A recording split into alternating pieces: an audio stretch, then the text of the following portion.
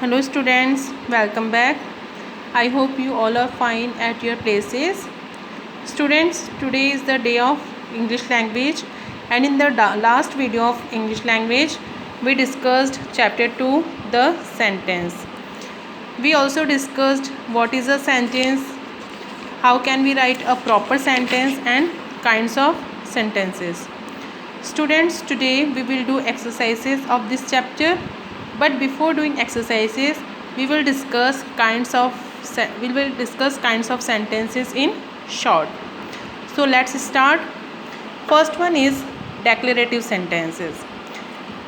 These sentences start with capital letter and it ends with full stop. Declarative sentence can be positive or negative. After that, interrogative sentences. These sentences ask a question and interrogative sentence ends with a question mark.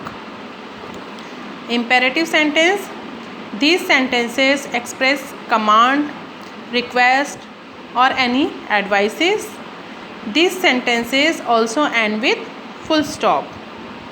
Last one is exclamatory sentences. These sentences express strong emotions or feelings and these sentences end with exclamation sign. Now start exercise A. Write whether these sentences are declarative, interrogative, imperative or exclamatory. Students, here we have been given some sentences and we are to tell the kinds of these sentences. So let's start. First sentence is how bright the lights are.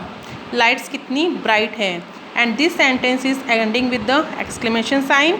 So this sentence is exclamatory sentence, capital E.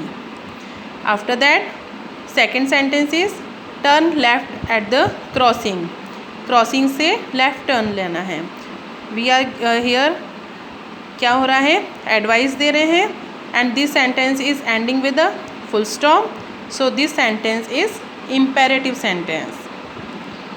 Third, what a noisy place this is. कितना noisy place है. This sentence is ending with exclamation sign. So this sentence is exclamatory sentence.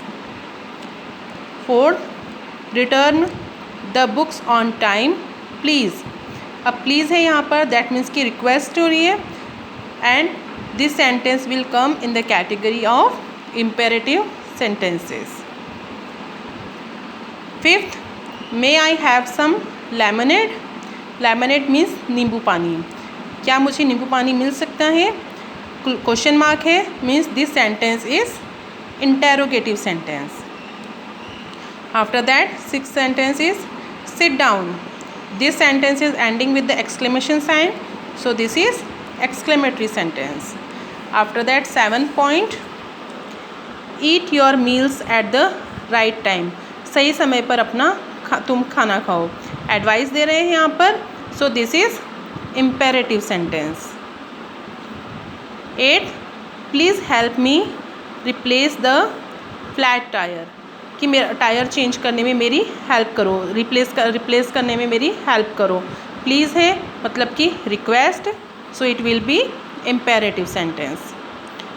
9, I always set the alarm for 5:30 AM. मैं हमेशा सुबह 5:30 बजे का alarm set करता हूँ.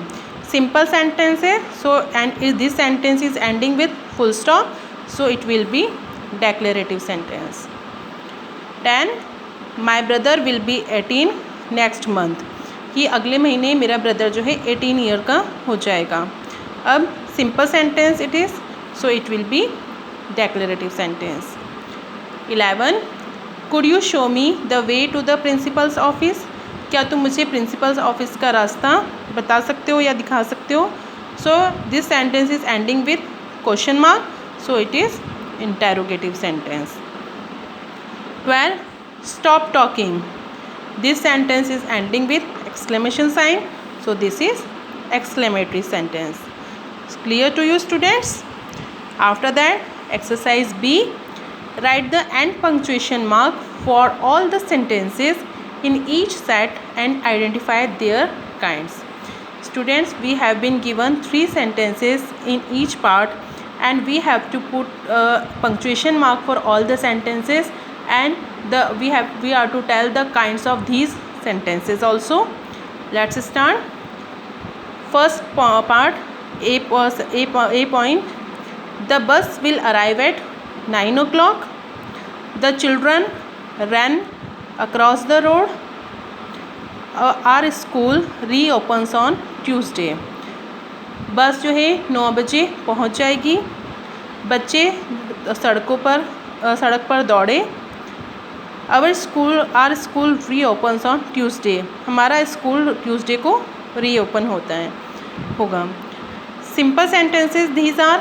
So we will put full stop at the end of each sentence, and these sentences will come in the category of declarative sentence.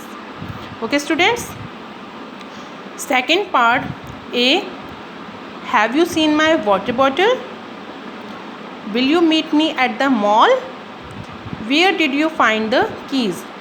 अब यहाँ here students helping verb is coming at the first. क्या तुमने मेरी bottle देखी है? क्या तुम मुझसे मॉल में मिलोगे?